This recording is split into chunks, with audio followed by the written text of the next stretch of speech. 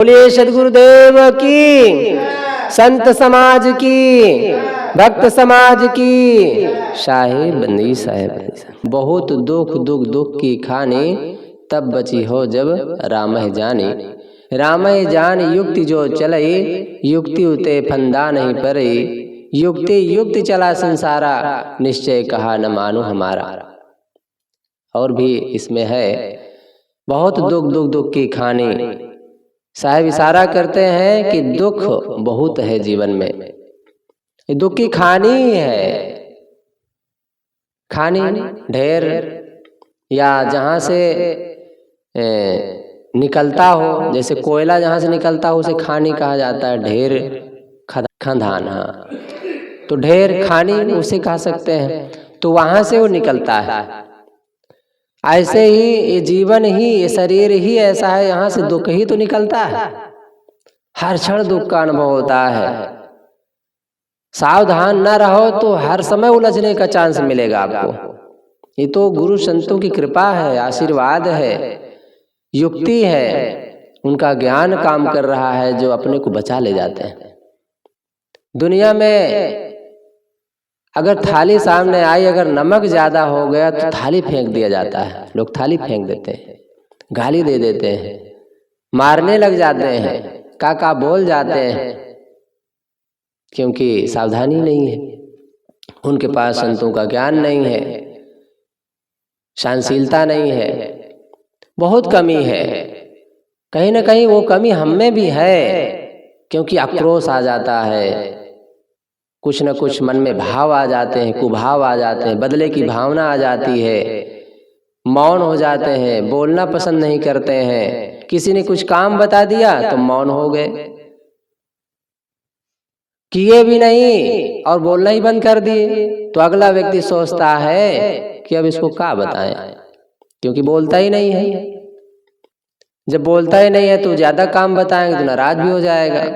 तो चलो कोई बात नहीं, पड़ा रहे। ये तो सच है कि पड़ा रहे संत के द्वारे, बनत बनत बन जाए पड़ा रहे संत के द्वारे। बन तो जाएगा एक दिन, कुत्ते का भी बन जाता है। कई कुत्ते हम सुने हैं, सतगुरु निर्धुन साहब के समय में कुत्ते पाले थे 2-3 ठो। तो उसमें एक कुत्ता ऐसा था कि वो शाकाहारी था। अब स्वभाव से अंदर से शाकाहारी था कि नहीं, लेकिन मांस के सामने वो नहीं जाता था, बाहर जाता ही नहीं था, अंदर ही रहता था।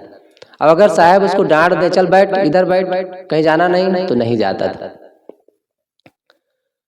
तो मांसाहारी पशु भी मानो अपने को सुधार लेता है, लेकिन हम अपने को इतना कमजोर बना लेते हैं, अपने माइंड को, अपनी बुद्धि को इतना कमजोर बना लेते हैं कि कहीं सेट ही नहीं हो पाते हैं। तो हमें जब युक्ति आ जाएगी, अपने आप का बोध हो जाएगा। साहब युक्ति देते हैं ना, क्या युक्ति देते हैं कि दुख से बचने का उपाय क्या है। इस दुख से बचने का उपाय है, तब बची हो जब राम ही जाने।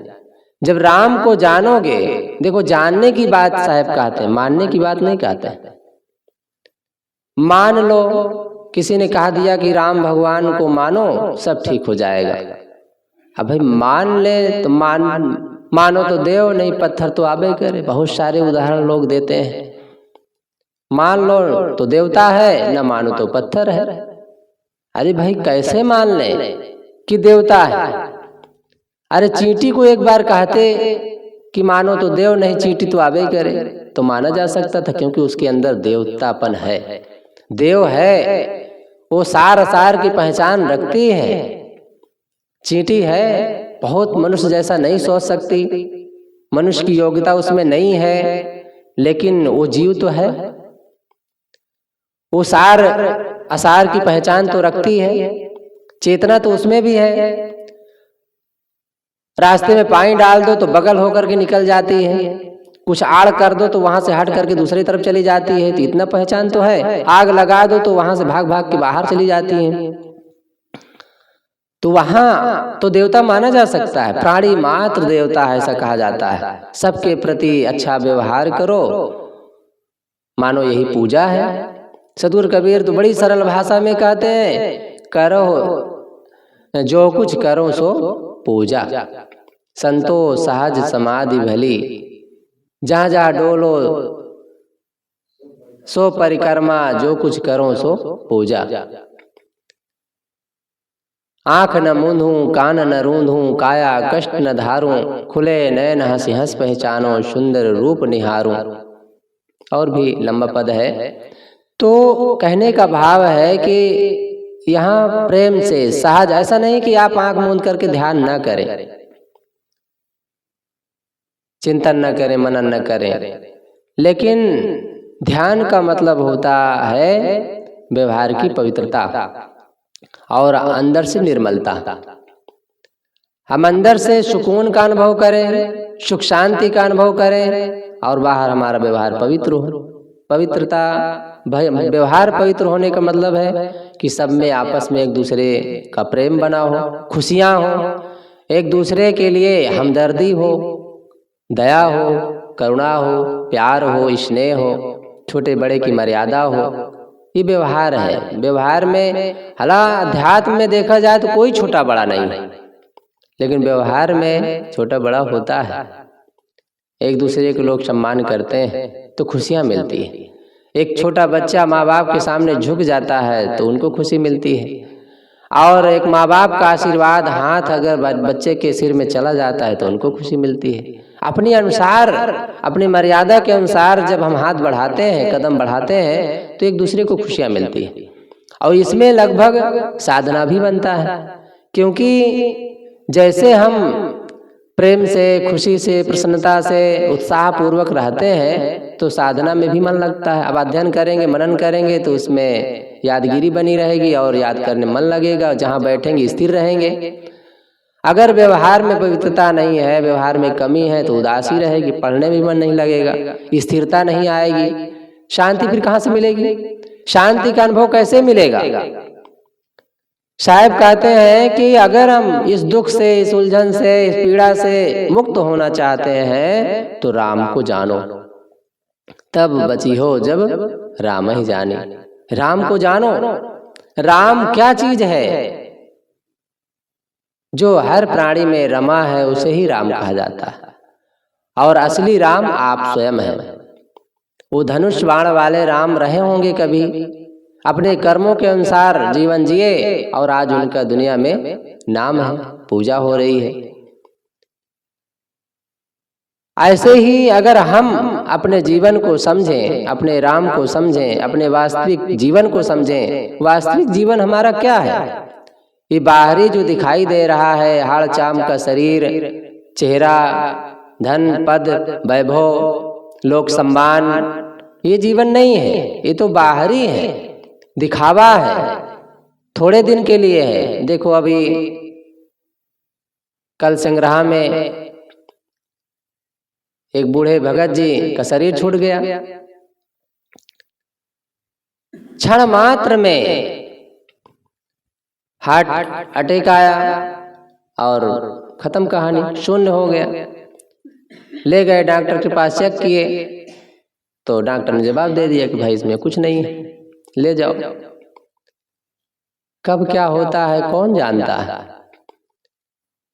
ये जीवन है, बहुत क्षणभंगुर है। उसी को माने बैठे हैं कि हमारा सब कुछ है। इसी के लिए झगड़े, लड़ाई, उलझन, तनाव, टेंशन, एक दूसरे के खींचातानी चलती रहती है। संत गुरुजन उपदेश देते हैं, सीख देते हैं, संस्कार देते हैं कि अपने को झुकाओ। झुका हुआ व्यक्ति हर जगह सफल होता है। आप देखे होंगे कि पौधा एक पेड़ के रूप में है, एक पौधा छोटे छोटे के रूप में है, अभी शुरुआत है उसका। जब आंधी आती है तो पेड़ तो फट जाता है, उसकी बड़ी बड़ी डालियां नोच करके दूर चली जाती हैं, लेकिन जो पौधा है अभी उसकी शुरुआत है, वो नहीं टूटता है। क्यों नहीं टूटता है? उसे आंधी क्यों नहीं तोड़ पाती है? कारण है वो झुक जाता है। डार झुक नहीं पाता है, इसलिए फट करके टूट जाता है। लेकिन पौधा झुक करके जमीन में लेट जाता है एक प्रकार से, तो आंधी कुछ नहीं कर पाती है, चली जाती है। अगर हम झुक जाते हैं तो निश्चित है इस दुनिया से अपने को बचा सकते हैं, क्योंकि दुनिया तो उलझाने वाली है, उसका काम ही है उलझाना, खुद उलझी हुई है और हमें भी उलझाने के लिए तैयार है। हमारा कर्तव्य है कि उलझना नहीं है, हम रास्ते में खड़े हैं, चल रहे हैं। जब तक हमारी मंजिल नहीं आ जाती है तब तक बहुत सारे उलझन की बातें आएंगी और फंसने की बातें आएंगी, भटकने की चांस आएंगे। हमारा कर्तव्य है, हमारा धर्म है कि बीच में रुके ही ना, रुके तो उलझे ना। पहली बात तो रुकना ही नहीं है, अपने रास्ते। ये तो माँ बाप भी बच्चे को जब स्कूल भेजते हैं तो बेटा अपने रास्ते आना, अपने रास्ते जाना, ये सिखा दिया जाता है। तो हमारा भी संत गुरुजनों ने क्या आदेश दिया है, अपने रास्ता चलो, जाओ, अपने रास्ता आओ। तो अपने रास्ता, अपना रास्ता क्या है? राम का रास्ता, गुरु का रास्ता, संतों का रास्ता, संस्कारों का रास्ता, खुशी का रास्ता, सुख शांति का रास्ता, मनन चिंतन का रास्ता, शांति से अपने आप की पहचान का रास्ता।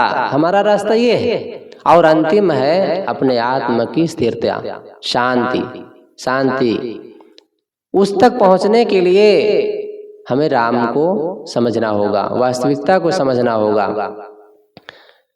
हालांकि उसको समझ लेने के बाद आना जाना ही बंद हो जाता है, लेकिन व्यवहार है, शब्द है, उसमें जोड़ना पड़ता है, कहना पड़ता है। जब तक शरीर है उसमें कहना सुनना लगा रहता है। न कहने सुनने से ही बुद्ध में आत्मा को ही खत्म कर दिया गया। बुद्ध मौन हो गए थे। जब उनके पास कोई प्रश्न लेके जाता तो कहते कि सृष्टि कब बनी है इसके बारे में मत पूछना, दुनिया में देवता भगवान परमात्मा होते हैं कि नहीं इसके बारे में मत पूछना, हाँ तुम्हारे जीवन में दुख है तो इसके बारे में पूछना, उसके बारे में समाधान मैं करूंगा। भगवान होता है कि नहीं उसके बारे में समय बर्बाद में नहीं करता, उसकी चर्चा ही नहीं करना। तो सीधा जवाब दे देते थे। और जब परमात्मा की बात आती, आत्मा की बात आती तो मौन हो जाते। सारे विषय का उत्तर देते थे लेकिन आत्मा के समय मौन हो जाते थे। हालांकि मौन ही उनका इशारा था आत्मा के लिए, लेकिन लोगों के समझ में वो आया नहीं और ना आने से आत्मा को गायब कर दिया गया। लोगों के मन में यही बैठ गया कि आत्मा होती ही नहीं है, आत्मा का नाम ही न लिया जाए। जब तक ये शरीर है, चल रहा है, एक दिन दीपक की तरह बुझ जाएगा, बस यही मान लिया गया। आत्मा की वास्तविकता को नहीं समझा गया। तो उसमें फिर जैसा जो कर्म करना है करो, अंततः तो बुझ जाना ही है, ये मान लिया गया।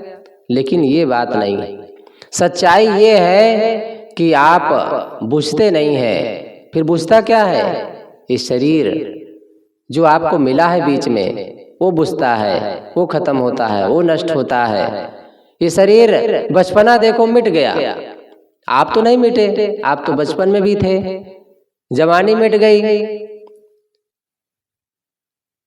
आप नहीं मिटे, आप तो वैसे के वैसे हैं। जो अनुभव आप बचपन में कर रहे थे वही अनुभव आज भी कर रहे हैं और आगे भी करेंगे।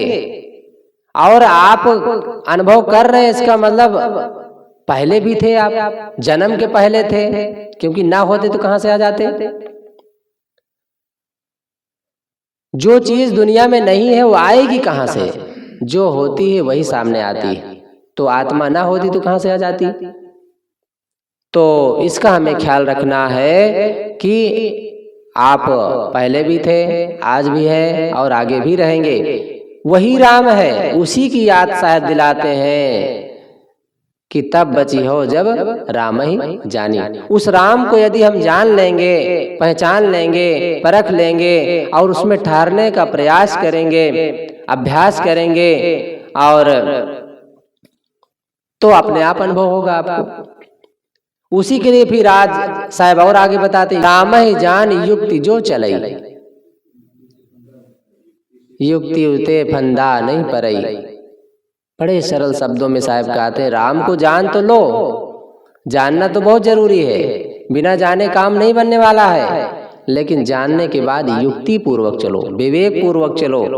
अगर विवेक का प्रयोग नहीं करेंगे, युक्ति का प्रयोग नहीं करेंगे तब भी आत्मा कुछ नहीं कर पाएगी। आप उलझ जाएंगे, कुसंस्कार में चले जाएंगे, भटक जाएंगे और मन भटका देगा। क्योंकि ई मन चंचल, ई मन चोर, ई मन शुद्ध टगहार, मन मन करते सुर नर मुनि जाने, मन के लक्ष्य द्वार। मन के लाखों दरवाजे हैं भटकाने के, लाखों उपाय हैं। कैसे कैसे युक्ति आपके सामने लाके रखता है। उपवास कोई व्यक्ति रहता है तो अब मन में संकल्प ले लिया कि आज हम नहीं खाएंगे। अब खाने के समय आया, संतों ने हाथ जोड़ा कि चलिए साहब थोड़ा ही खा लीजिए।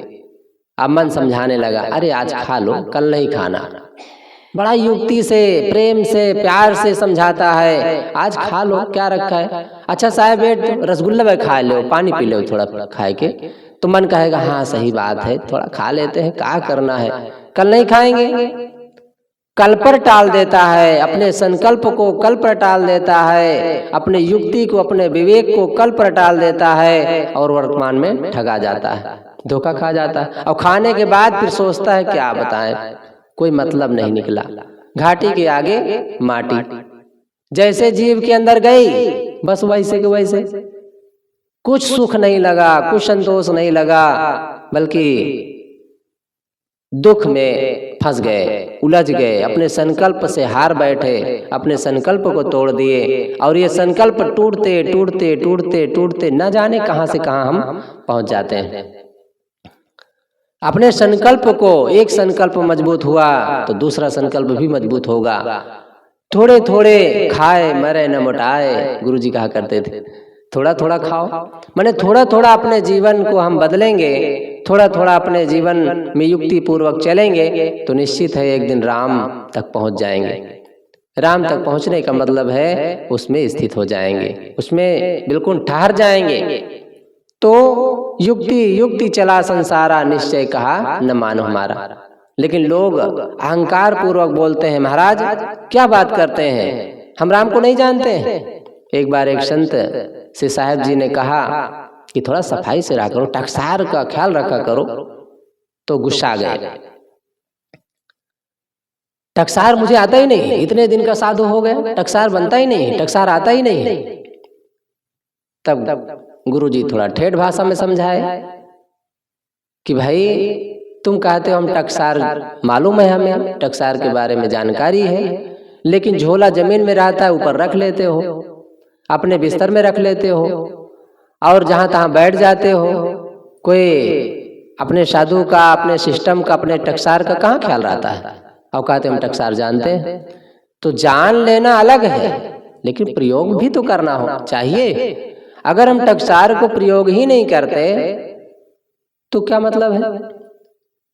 कई बार भोजन बनाया जाता है, ऐसा नहीं है, अब शरीर है, बुढ़ापा है, हो सकता है उठने में आलस लग जाता होगा, तो चलो छोड़ो, का रखा है इसमें, तो इसलिए मन अलसा जाता है। लेकिन टकसार ऐसी चीज है, कम से कम खाने के समय तो ख्याल ही रखना चाहिए, क्योंकि उसमें हम तो खाते ही हैं और उसमें बहुत संत खाते हैं, सब लोगों के पेट में जाता है। अगर वो एक बार टकसार की कमी देखते हैं तो अविश्वास होता है, मन में ऐसा लगता है कि क्या बताएं, पता नहीं ऐसे ही बनाते होंगे, ऐसा मन में हो जाता है। तो युक्ति पूर्वक कहने का भाव है कि टकसार ऐसी चीज है कि जो बाहर से तो दिखाई देती है, लेकिन अंदर भी हमारे जीवन को पवित्र बनाती है, हमारे मन को समझने का मौका देती है। हमें, हमारा मन जो आलसी बनता है, छोटी छोटी बातों में आलसा जाता है, उस आलस को खत्म करता है हमारा टकसार, हमारी सफाई। सदगुरु अभिलाष साहब जी कहा जाता पुस्तक भी पोंछ के रखते थे और अपना टेबल, अपना जो भी है वहां पर, अगर उसको पढ़े और खाते समय तो हाथ धोना ही था। उस समय तो सभी को धोना चाहिए, ऐसा नहीं है। कई बार हम होते हैं कि भाई अभी तो साफ किए थे, अभी तो धोए थे, अब सकल हर जगह हाथ जा रहा है, कपड़े में जा रहा है, मुख में जा रहा है, चेहरे में जा रहा है और आंख नाक कान खुजला लिए हैं, कहते साफ तो है साहब। तो ठीक है साफ होगा, लेकिन शुद्ध नहीं है। शुद्धता में और सफाई में अंतर होता है। जैसे आप शौच करके आए तो हाथ तो धोए हैं, साफ तो है ही है, लेकिन शुद्ध कब माना जाएगा, जब उसे साबुन से धो लेंगे, माटी से धो लेंगे, तब वो शुद्ध होगा। तो शुद्धता और सफाई में अंतर होता है। कहते हैं साफ शुद्ध हो जाओ भाई, तो साफ हो जाओ, साफ तो है ही है, आप दिख ही रहे हैं साफ, कहाँ कचरा लगा है। लेकिन शुद्ध हो जाओ माने थोड़ा से, जैसे अब मिट्टी देने गए तो मिट्टी दे करके अब कहते हैं भाई साफ हो जाओ, शुद्ध हो जाओ, तो साफ तो है ही है, क्या हमें लगा है क्या? लेकिन शुद्ध होने का मतलब है थोड़ा से भाई वहाँ छुए हुए थे और साथ में गए थे, तो एक मन में भाव बना रहता है, तो नहा लो, शुद्ध हो जाओ थोड़ा सा। तो वहाँ तो एक बार ना भी नहाओ तो कोई बात नहीं, हमारे ही दादा थे, हमारे ही पिता थे, हमारे ही बुजुर्ग थे, हमारे ही संत गुरुजन थे, अथवा हमारे ही भक्त थे, और मिट्टी दे दिए, मिट्टी उठा लिए हाथ में, उसमें नहाओ या ना नहाओ आपकी इच्छा। लेकिन अक्सर लोग नहाया करते हैं। तो यहाँ बात यह है कि युक्ति, कहते हैं कि युक्ति तो पूर्वक चल रहे हैं साहब। जब युक्ति पूर्वक हम चल रहे हैं तो दुख क्यों बना है जीवन में, कमजोरी क्यों बनी है, अभी मन उलझ क्यों जाता है? जरूर कहीं ना कहीं कमी है। और सबसे बड़ी कमी क्या है? सदगुरु कबीर साहब बीजक में एक बात आई है, जिन जीव कीन आप विश्वासा, नरक गए तहि नरकै बासा। बहुत सरल भाषा में साहब ने उसमें कहा, तो उसको कबीर पंथी अर्थ लगाते हैं कि जिन जिन लोगों ने अपने आप पर विश्वास किया वो नरक में जाता है। इसका अर्थ वो कबीर पंथी ऐसे करते हैं। लेकिन विचारवान संत गुरुजन जो पारखी हैं, सदगुरु कबीर साहब के वास्तविक सिद्धांत को समझते हैं, वे ऐसा अर्थ नहीं करते। वे उसका अर्थ करते हैं कि आप जिन जीव कीन आप विश्वासा, आपका मतलब होता है अहंकार, कमजोरी, दुख, पीड़ा, उलझन अथवा क्रोध, एक शब्द में कहें तो अहंकार। जिन जिन लोगों ने अपने अहंकार पर विश्वास किया उसका नरक नहीं होगा, नरक ही तो होगा। अहंकार को स्वीकारने वाला, अहंकार को धारण करने वाला निश्चित है, पहली बात तो अहंकार के समय वो नरक में होता ही है। और अहंकार अगर अहंकार वाला काम करता है तो नरक में जाएगा ही नहीं। वर्तमान में नरक और भविष्य में भी नरक ही होगा, क्योंकि जैसा वर्तमान में होता है वैसे ही भविष्य में उसका लाभ मिलता है। जैसा वर्तमान में बीज बोया जाता है वैसे ही भविष्य में फल मिलता है। तो अहंकार, तो साहब कहते जिन जीव कीन आप विश्वासा, जिन जिन लोगों ने अपने आप पर विश्वास किया, अर्थात अपने अहंकार पर विश्वास किया, अपने एक प्रकार से अकड़बाजी पर विश्वास किया, वो नरक ही होगा, अर्थात वो दुखी रहेगा, पीड़ित रहेगा, परेशान रहेगा। तो यहाँ का भाव यह है। तो हमें यह समझना है, कहा जाता है नरक और स्वर्ग। वो बात आती है कि एक संत बैठे थे शांत मुद्रा में, एक फौजी वहां गया, कहता है महाराज शांति क्या होता है? कहा तुम कौन हो? कहा दिखता नहीं, मैं सिपाही हूं, फौजी हूं। तब संत कहते हैं अरे हाँ, उन्होंने पूछा था कि नरक और स्वर्ग क्या होता है। तो संत पूछे कि तुम कौन हो? तो उसने कहा कि मैं फौजी हूं, दिखाई नहीं देता। कैसे साधु हो? अकड़ करके बोला, अहंकार पूर्वक बोला। तब संत ने कहा मुझे तो लगता है कहीं घास छील रहे थे और चले आए सामने। इतना और गुस्सा है, बताओ मुझे फौजी हूं, मुझे घास छुड़वा बना डाले। फिर बंदूक निकाल लेता है,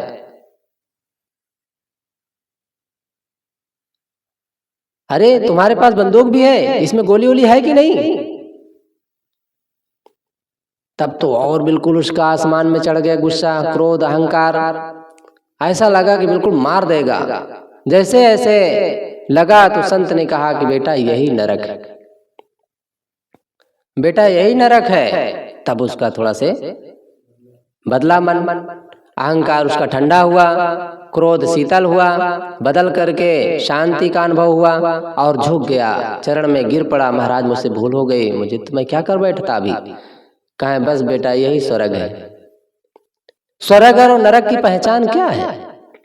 जब आप शांत रहते हैं, शीतल रहते हैं, मन हल्का रहता है, खुश रहते हैं, प्रसन्न रहते हैं, अपने आप में मस्त रहते हैं, कछु लेना न देना, मगन रहना, जब इस भावना में आप पूर्ण होते हैं तो वही तो स्वर्ग है। और अगर उससे विपरीत है तो वही नरक है। नरक और स्वर्ग की बस इतनी ही परिभाषा है। बाहर कहीं नरक नहीं है, बाहर कहीं स्वर्ग नहीं है। लोग आकाश में इंतजार कर रहे हैं कि कब शरीर छूटे और जाएं हम स्वर्ग में। आज सच्चे दिल से कहा जाए तो जाना भी नहीं चाहते। अगर कोई बता दे कि आप 1000 वर्ष जियोगे तो कभी मन में इच्छा भी नहीं होगी कि हम जाएं।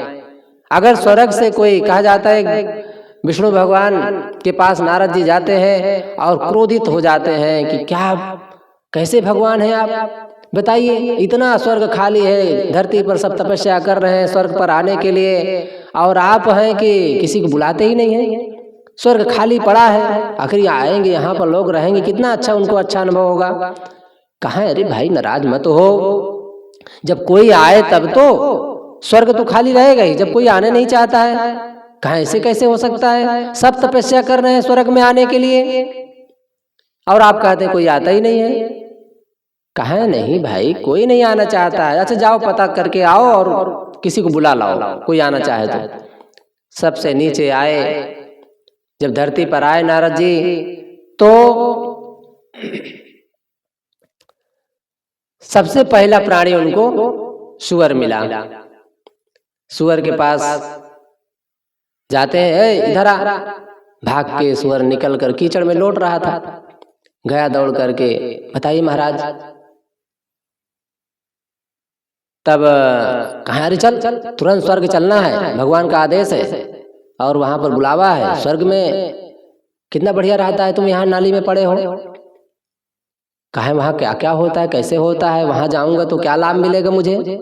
कहा अरे वहां फूलों की बगिया है, वहां गंदगी नाम की चीज नहीं है, जिधर देखो आनंद ही आनंद है, खुशी ही खुशी है, चारों तरफ बहुत ही अच्छा लगता है। जब वहां रहोगे तो पता चलेगा। तब सूअर कहता है, अच्छा महाराज वहां नाली मिलेगी लौटने के लिए।